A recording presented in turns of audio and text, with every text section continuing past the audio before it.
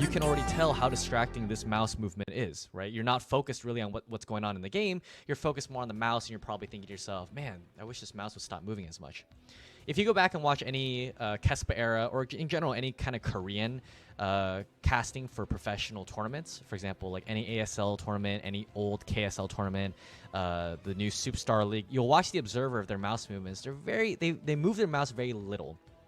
Most of the time, the mouse is either moving to click on a unit to look at upgrades, for example, or the mouse is moving on the minimap to click on certain locations that the observer might have a interest in, right? So that's what primarily the mouse should be for. The mouse should not be using to be scrolling, right? You have two ways of scrolling the screen around. One is mouse movement like this, which all of you can see is very distracting and annoying.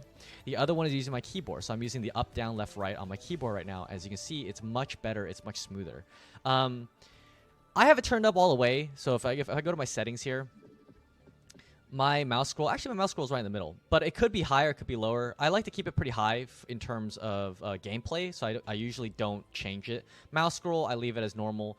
But in general, if you wanted to go with the slowest key scroll here, this would be like the smoothest, right?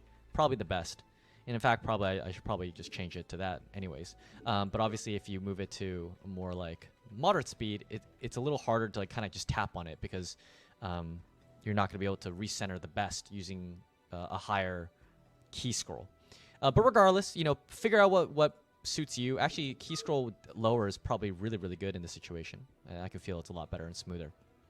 So that's number one, is avoid mouse scroll like this and use key scroll like this, because obviously, as you can see, the mouse isn't moving just the screen, which is great. That's number one, and that's probably the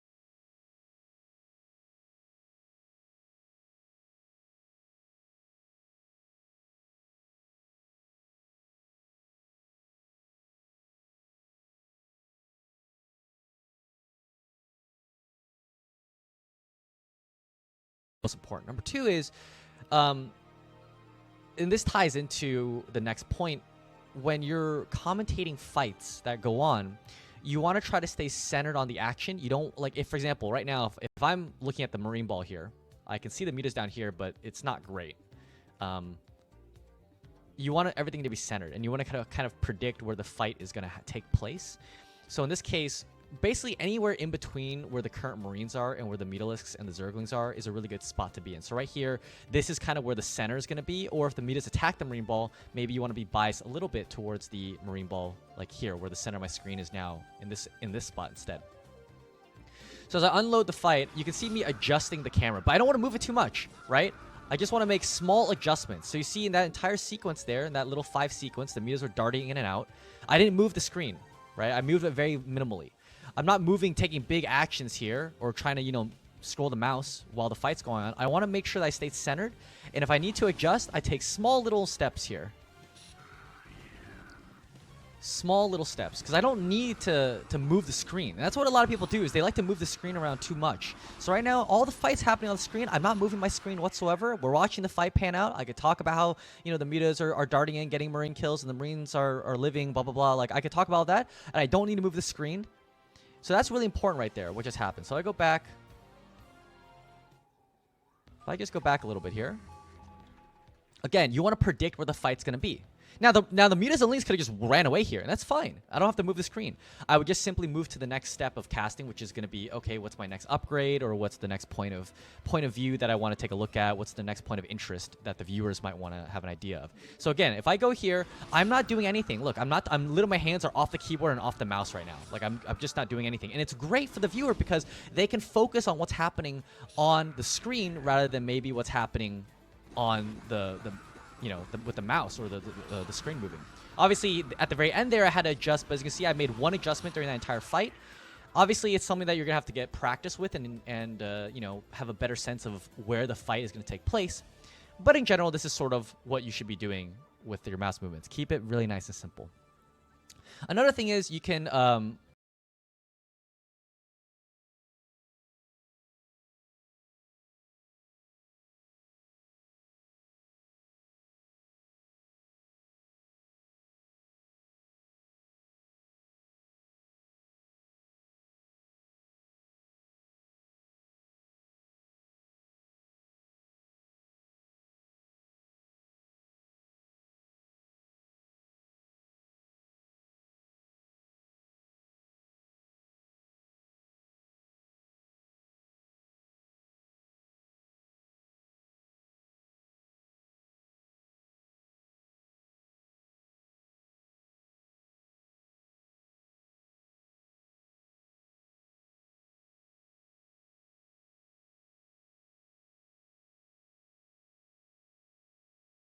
is using hotkeys during your during the game. You can use A to kind of remove everything to give you and the viewer a bigger screen to play with. A is the hotkey. I'm hitting A right now. Q, W, E, and R are all the ones that give you all these panels. So Q is the minimap, W is the unit panel, E is the kind of statistics panel, and then R is the side panel here. The replay panel and the production panel are both... unfortunately, they don't have a single hotkey. You'd have to do Alt. For example, Alt-Y is the replay panel, so you'd have to disable that. But in general, you don't really need to touch these if you're a commentator. A is probably just going to be the best thing you can do, or just having R turned off is always a nice thing to get rid of. But in general, A is going to be your best friend. So, for example, if a bigger fight's happening where you don't really need to see the money or the supply or anything, you know, you can show the supply afterwards, which kind of lends a little bit of perspective for the viewer. That's all great, too. So anyways...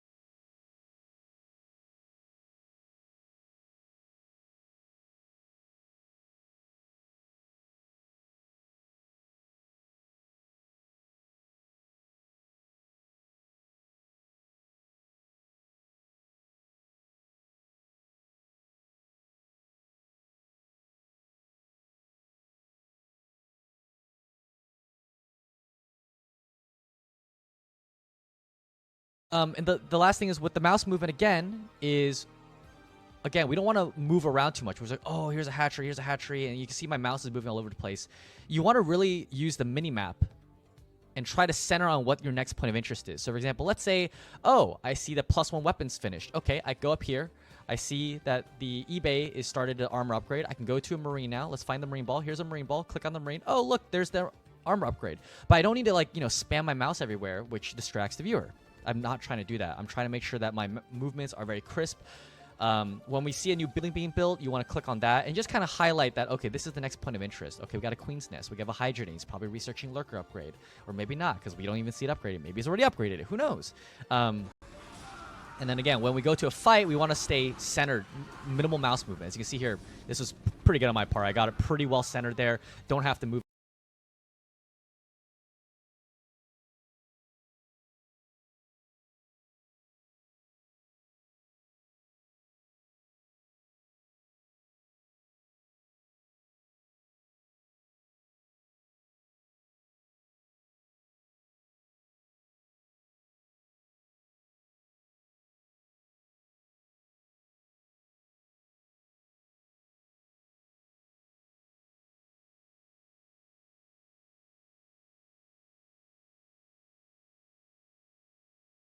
anything. And then again, if the fight starts getting dragged out, you can always zoom out a little bit, which is always beneficial.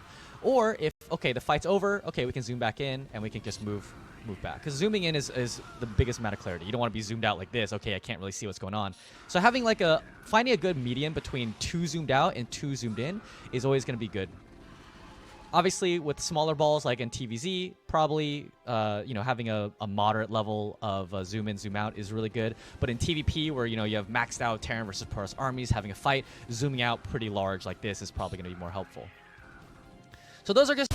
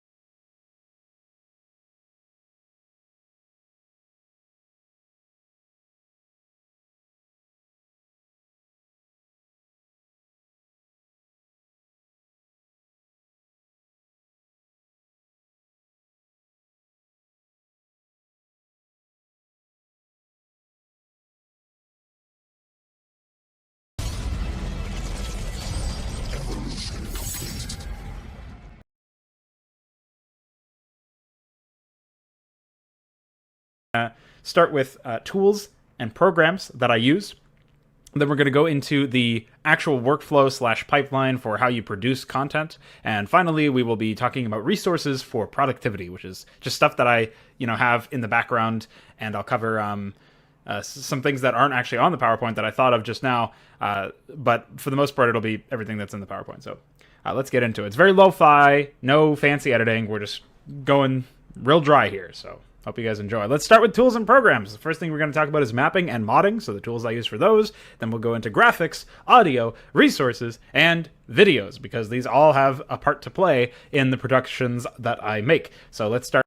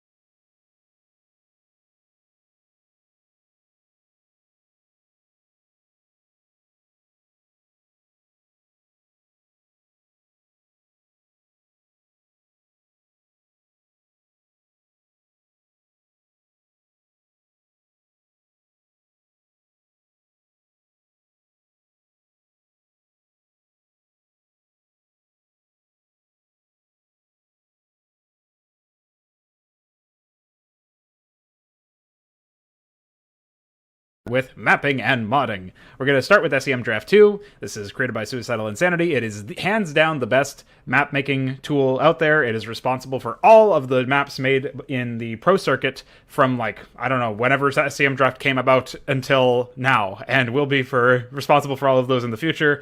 There have been a few attempts with Starforge and CHK Draft to sort of usurp that, or at the very least compete in some way, but they were never finished, and they were never really candle holders, as you could say something like that. I'm sure that candle holder is a word or a phrase used by some people somewhere, and if not, we're going to make it so that it is.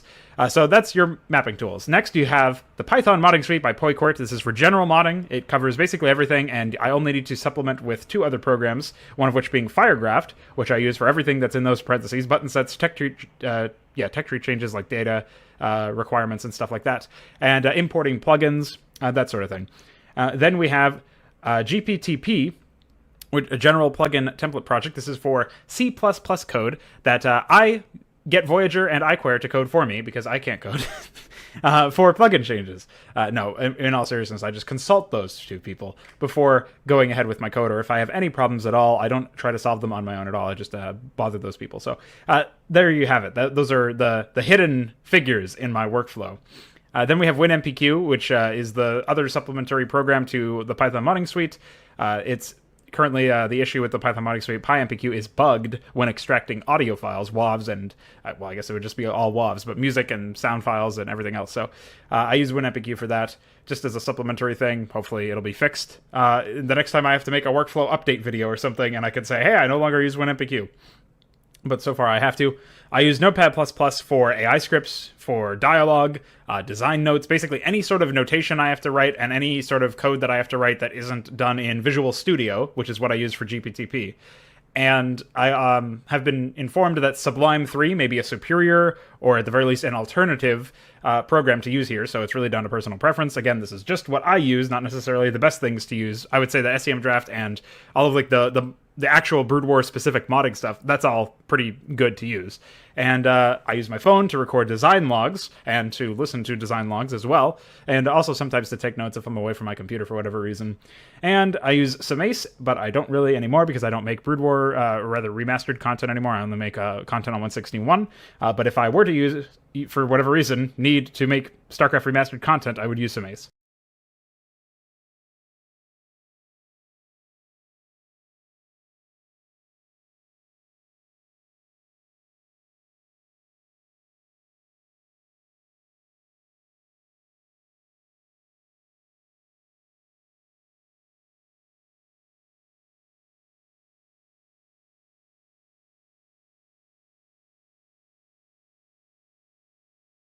By Nave. So yeah, that's it. As you can see, that was the full bit. So let's go into graphics. Photoshop, and that's it. Nothing else. I just use Photoshop. I have tried PaintShop Pro. I've tried GIMP 2, and neither of them were any good. So that's it. I mean, again, this is what I use. Maybe you're more familiar with Photoshop or with GIMP than Photoshop. Maybe you're more familiar with PaintShop Pro or whatever else. I use this.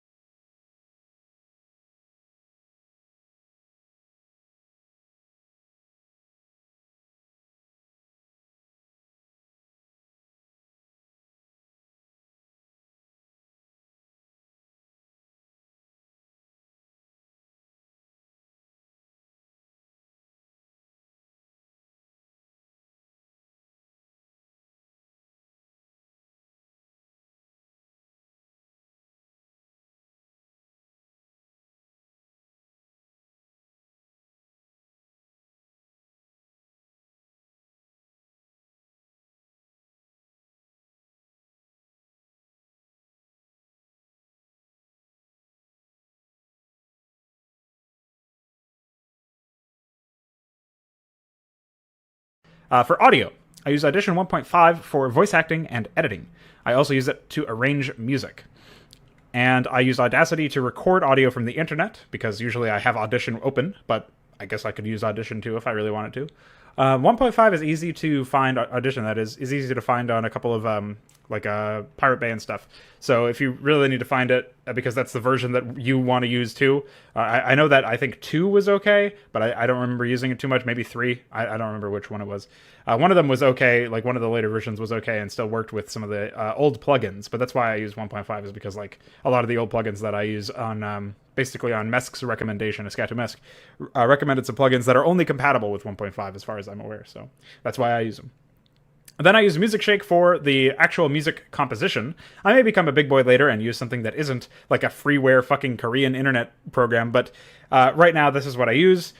I have no idea if I'll upgrade to, again, become a big boy, as the note says, by using something that's a bit more, I don't know, like Fruity Loops or something like that. I'm not really sure what the programs would be best for this. I make music that is very specifically catered to what I want to do, and so it's probably not going to be the same stuff that you make if you use it, or that you use if you do make music. Now let's talk about videos. This is the last topic of the tools and programs section. I use Open Broadcast software, I don't remember which one it is, OBS, for recording and streaming. This is really important for when I'm streaming playthroughs to somebody who's not going to play, but still can potentially give me feedback if I'm streaming my own test or something. Also very useful if I'm recording a video that I then can look back at, or that I can upload and, again, share with other people who don't play, but can still give me feedback on voice acting and such. Then there's Handbrake, which is a pretty useful tool for basic compression, especially lately without internet. I've been using my phone to upload all my videos, so unless it's going to be something that's edited, if it's just a run, like a dry OBS run like this, or like any of my playthroughs, I use Handbrake to compress it, and then I just throw it on my phone and upload it there. So pretty useful there. Sony Vegas for editing. This is the only program I'm familiar with. I have tried Premiere. I didn't like it as much, but it's more useful if you're also using Photoshop and After Effects. I use Megui and Debug Mode Frame Server, which is a plugin for Vegas, to encode the Vegas edits at a high enough quality where it's not going to completely destroy me to go back and watch the video afterwards. And also has the added benefit of compressing them a bit more properly than Handbrake does.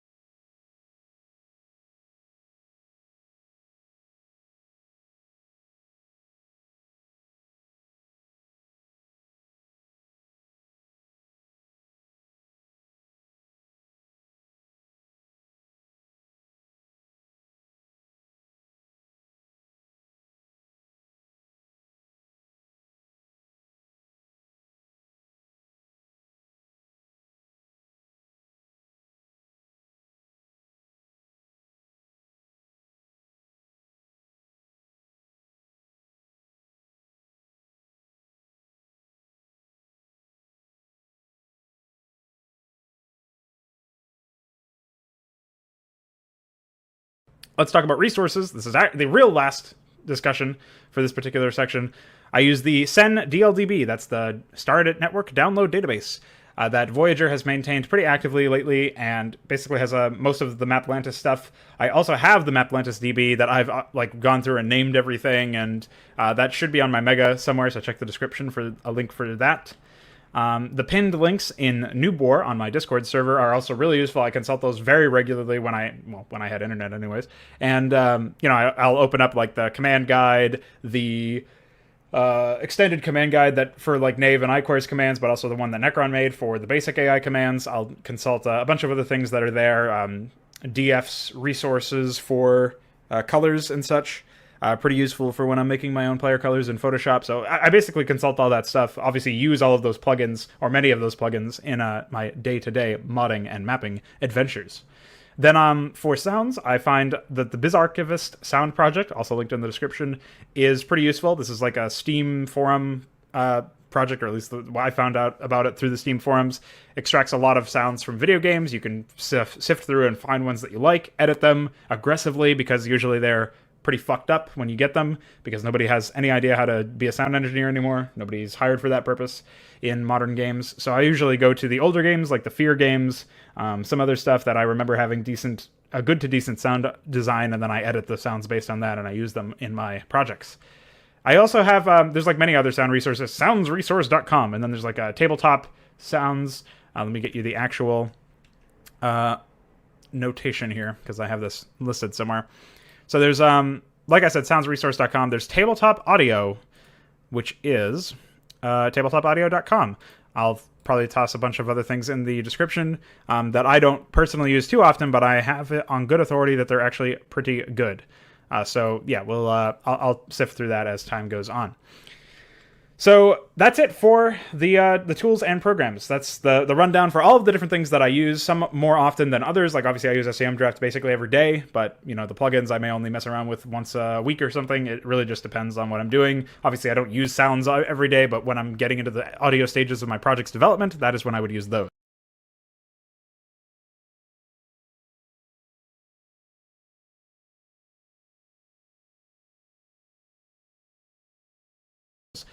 Now, let's talk about workflow. So we're going to talk about the directory structure, then we're going to move on to production, eventually moving on to testing, and then releasing your project.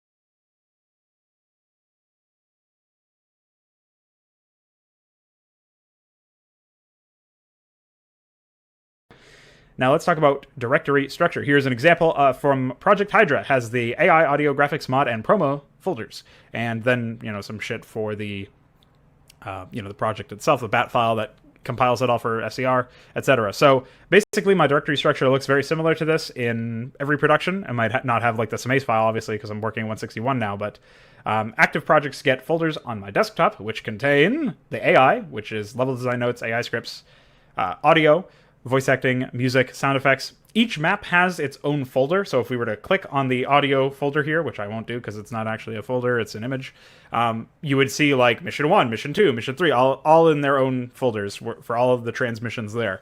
Obviously, that folder would be a lot bigger and a bit more active if there was, I guess, if there was any like custom voice acting besides Ahmed in Project Hydra. Then there's the graphics, which is for units, effects, terrain, user interface. Also a very empty folder for Hydra. Very little stuff in there because I didn't end up really messing around with graphics too much, but it has like the modified command icons and wireframes and stuff.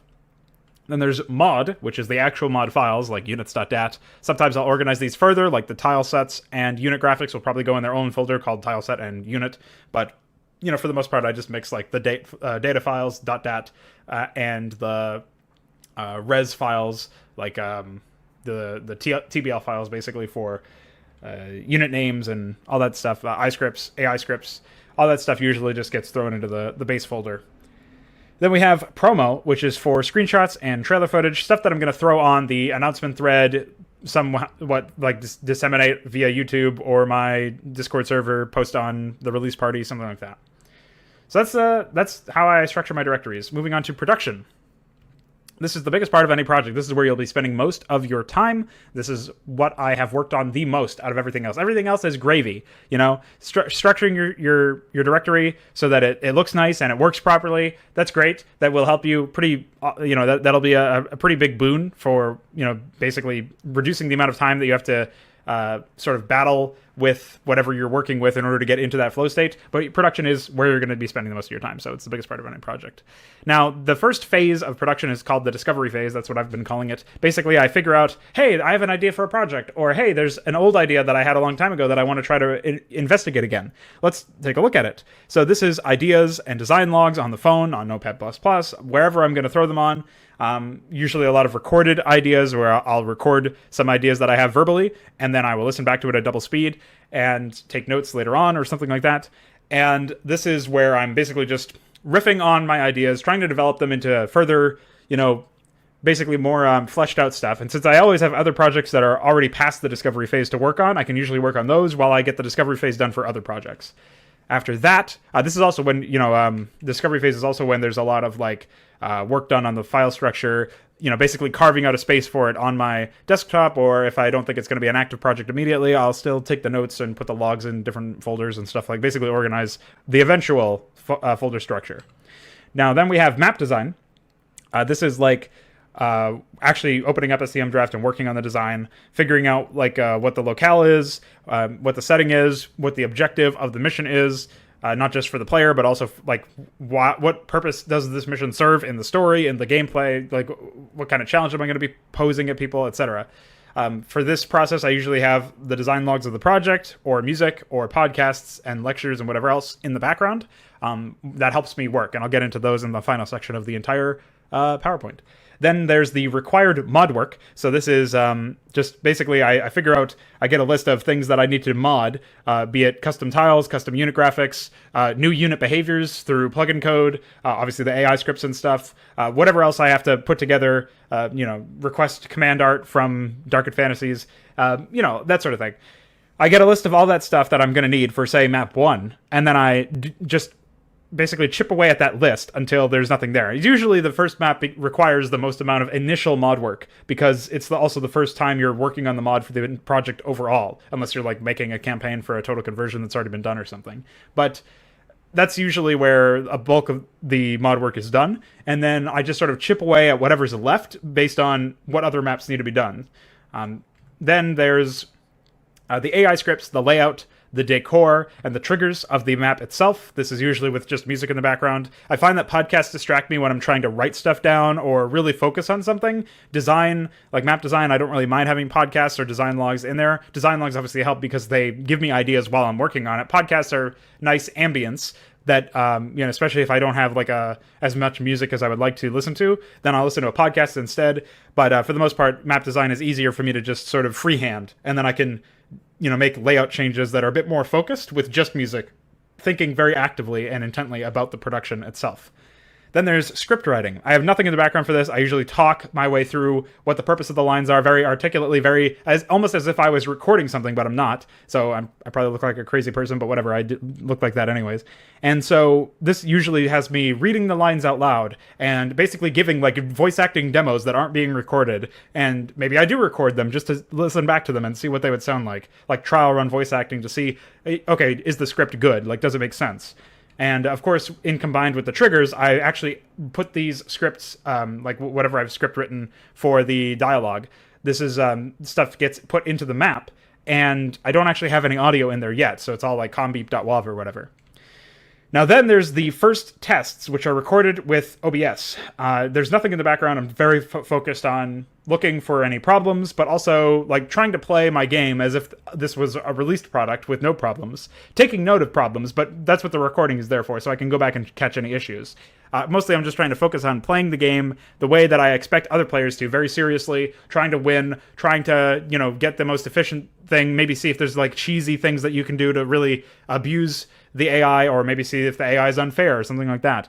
And then I would move on to the next map in the project after those tests were done, and I had tweaked the map a little bit. Again, the map is not perfect. It's just got the first tests done, doesn't even have audio in it yet. The triggers aren't complete because there's no music in or whatever else, and so on and so forth. But I move on to the next map in the project until every single map in the production is done, quote unquote. Basically all of these steps from the discovery phase, well, I guess from the map design phase, because the discovery phase is more about the overall project, and then there's production from everything else. But the map design to the first test, when all of that stuff is done for all of the projects, then I get into the polish and end stage phase of the design. So this includes audio, voice acting, music, soundstage, figuring out what I'm going to do with the briefing, figuring out what I'm going to do with, I've already script written the briefing, obviously, but I figure out how I'm going to trigger the briefing with the sounds and stuff. There's nothing in the background for this phase. Obviously, I'm working with audio, so I need to be able to intently listen for any problems with it. Then we move on to end stage polish, which is usually with music or nothing in the background. The reason I say maybe there's nothing is because there's a lot of like testing and editing minor things like AI or the map, and then rebooting the exe and testing again. And since I'm in the middle of testing and recording stuff, it usually gets a little weird having music in the background for that, especially since I'm going to be listening for like the music and voice acting and other audio elements while testing, and probably working with more of those as well in the end stage polish phase. So music is really rare to happen in this particular area. And then there's the pre-release test of the entire project. And I basically, after I feel like I've done that end stage polish phase for all of the maps from map 1 to the end, then I say, okay, maybe I take like a day or two break or something, but then when I come back, or maybe I don't take a break at all, I test the entire production from head to toe, catching any final issues that I see, making any final notes, obviously recording this whole thing, and then going back and looking at it. And then, once I feel like the project is basically release ready, in a sense, I release it to my private testers, DF, iQuare, Necron, etc., who will then go and take a look, and we'll get into that now, actually. That's the testing phase. So this is, again, only sent to others when the entire project is done. Obviously, for other people who don't have access to early testers, if they don't want to worry about testing, if they just want to do everything that in the production phase without sending it to the testers, then of course they can just release it at this point. But this is what I do: is I send it to. I have the luxury of having testers, so I send this stuff. I ask testers to record their playthroughs of all of the entire production whenever they can. I expect that this process usually takes about like a month, and then they just give me feedback and send me their recordings whenever they have them. I take a break. This is a few days to a week after sending them the stuff. And then I come back. I make tweaks based on tester feedback, assuming, the break really is important here, because not only are you going to be a little bordering on being burnt out for the fact that you've been working on this for so long, because, again, production takes 6 months to a year for some projects, probably longer for others.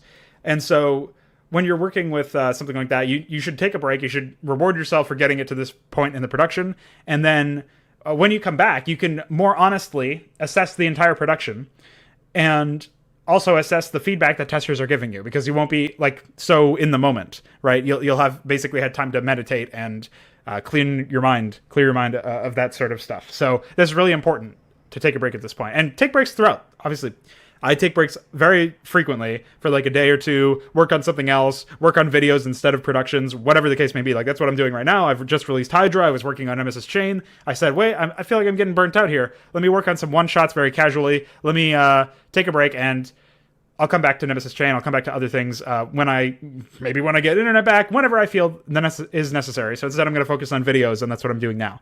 And so I have the luxury of having a whole multitude of hobbies that I can work on and still feel like I'm creatively satisfying myself.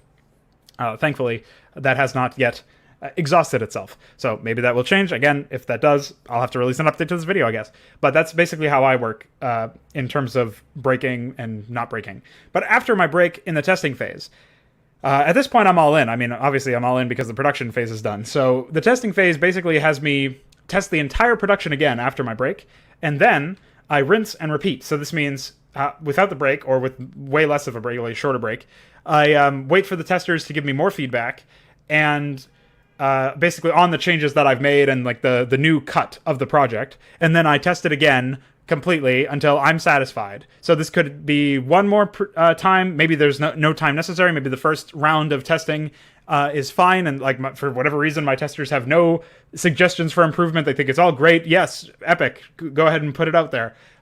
In which case, I guess I would just, do my final test after my break of the entire production from head to toe, and then I would say, okay, it's ready for release. But until I'm satisfied, I test it, I have my testers test it, and I continue to tweak stuff. And again, when I'm satisfied, when I feel it's a release-worthy project, that's when I release.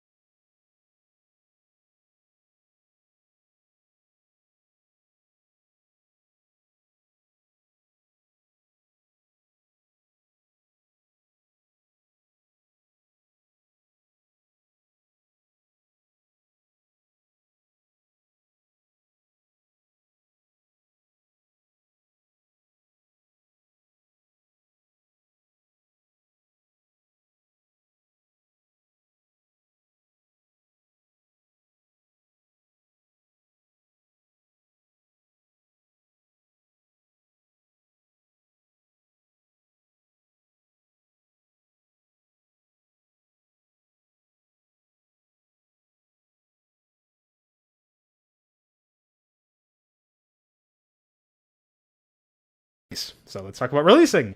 Trailer. This is a big deal. So usually this is something that I can work on during my break. Obviously, I say I'm taking a break, but it's taking a break from testing and doing that grueling procedure of repeatedly opening up the same map and playing it different ways, forcing yourself to try to play it different ways. This is why testers are really important, obviously. The trailer is pretty good too. Obviously, there's like maybe you haven't done your credits section of your map at this point. Maybe you would do that here as well, but I usually just throw it in there anyways. Which is funny because obviously for my next set of productions, my testers will get to the end of the campaign, see the credits list, and see themselves in the credits before they've actually, I mean, technically they have tested it at that point, but also technically their names are in the credit section before they even test it, which is kind of funny, but whatever. I still give them, they tested my other stuff too, so that's fine. I still give them their accolades. So the trailer requires script writing, voice acting, and video editing, so going back to the tools and programs and stuff, that's obviously pretty important.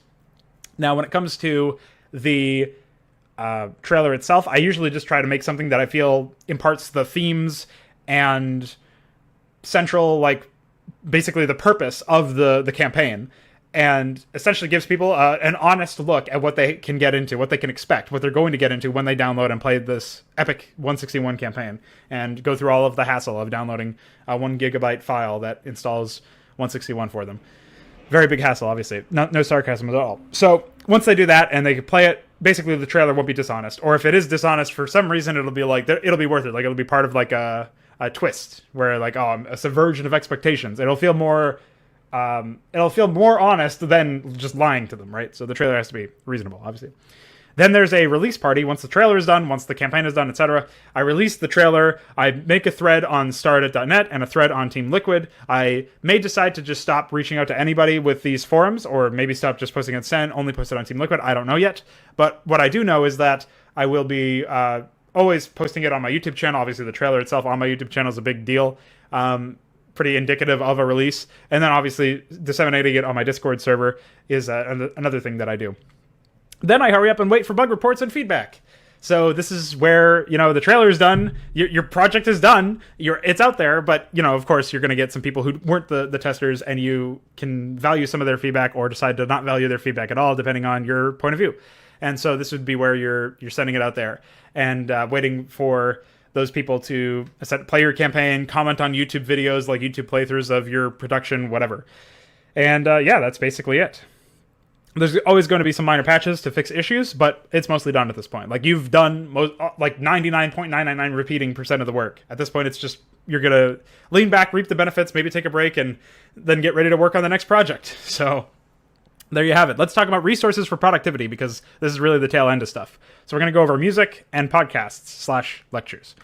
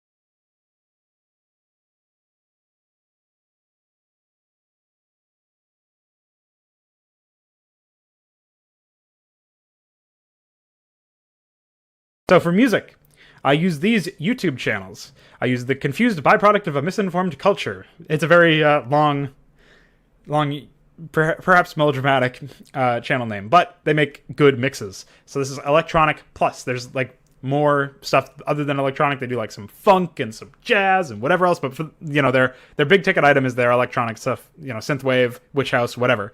Then there's Odysseus, which is synthwave and more. Sometimes they'll do chill pop or whatever. I don't even know what chill wave, whatever the fuck they call it. I don't follow these genres. They're all dumb, but they sound good.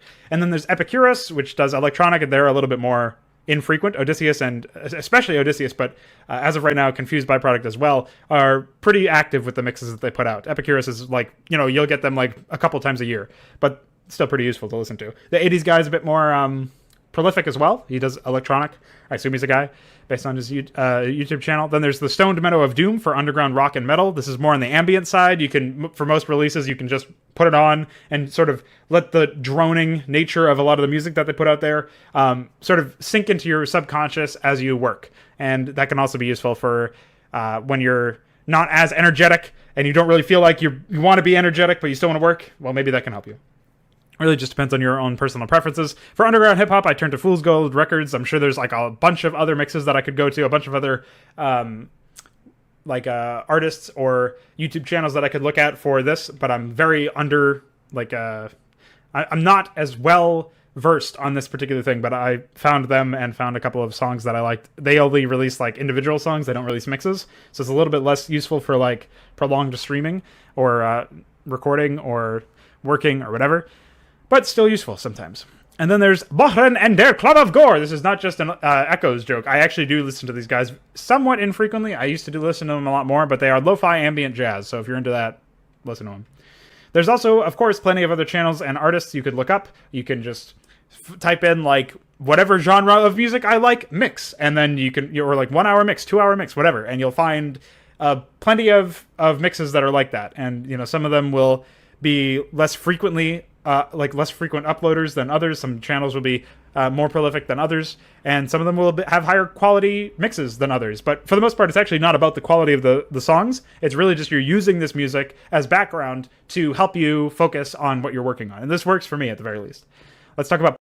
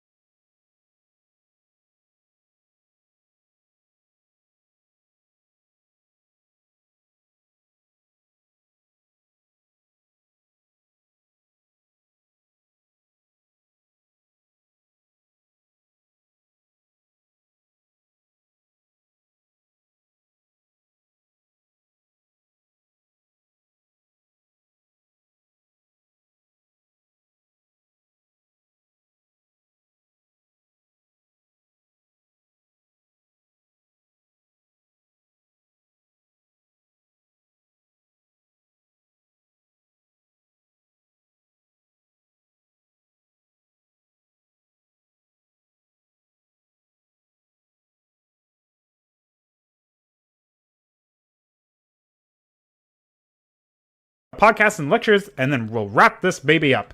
The Joe Rogan Experience. Hi everybody, Joe Rogan all day, fight by night or something. I don't know, but he's a pretty cool guy. He's pretty prolific, especially sometimes like in the past week or so, he's put out a lot of podcasts. Just did Elon Musk, so obviously pretty big deal there. He's a cool guy. He makes some pretty long form podcasts. So if you're just into podcasts more so than music, or if you're in the mood for a podcast, put that on while you work. That's what I do. There's also the Duncan Trussell Family Hour. Duncan Trussell's pretty funny. I think he's probably brain damaged or something, but he's pretty fun to listen to. So he's all about love and peace, man. So give him a kiss.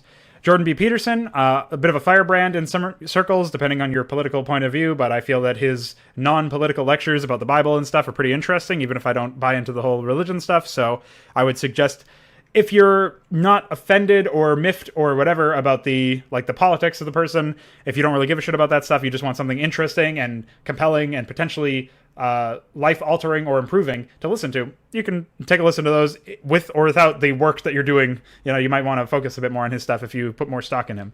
But he's helped me out. So then there's Brett Weinstein. He's more interesting. I don't know. Do you say Weinstein? Whatever. Not Harvey Weinstein's brother. Brett Weinstein. I would say that Eric Weinstein is probably pretty useful as well, but his YouTube channel isn't as out there. And I would also say, I didn't put it on this list, but Sam Harris is also pretty useful for some stuff. I'm not as familiar with his work, but I feel like his podcast would be, it's like Waking Up or something. His podcast would be pretty useful as well. Brett Weinstein doesn't have a podcast, but he's made a lot of appearances. His own YouTube channel has a lot of his own lectures, so interesting fellow to listen to. Then for esports, there's Return of By the Numbers. I'm really into Counter-Strike esports, so I listen to Richard Lewis and Thorin talk about that. Then Thorin has his own podcast talk show, I guess, called Counterpoints. So I listen to that sometimes. And of course, Thorin's Esports Salon is also another one for general esports. So if you want to just have some generic shit about esports talking, it's actually pretty funny. You could, boot up any one of these, especially Return of the By the Numbers has a huge amount of banter, fucking hilarious stuff. So of course, shout out to them. And of course, there's audiobooks, especially War of Art by Stephen Pressfield. Now, not Art of War by whatever that Asian guy was. But yeah, War of Art is way better, way more important. Not as influential and best-selling. Are you fucking kidding me? Who's calling me in the middle of this? Die. So yeah, audiobooks, War of Art, Stephen Pressfield, take a look at it. All right, as you can see, based on that phone call, I have to go.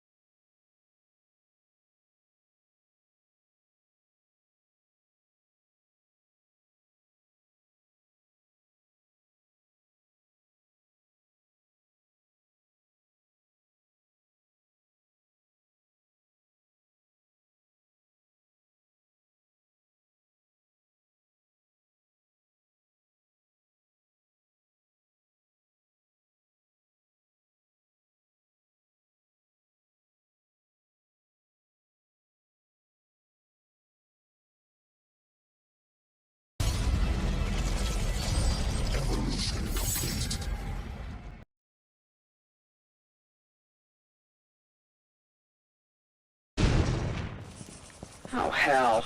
Big job, huh? Huh? I can't build it. Something's in the way. Oh, that's just great.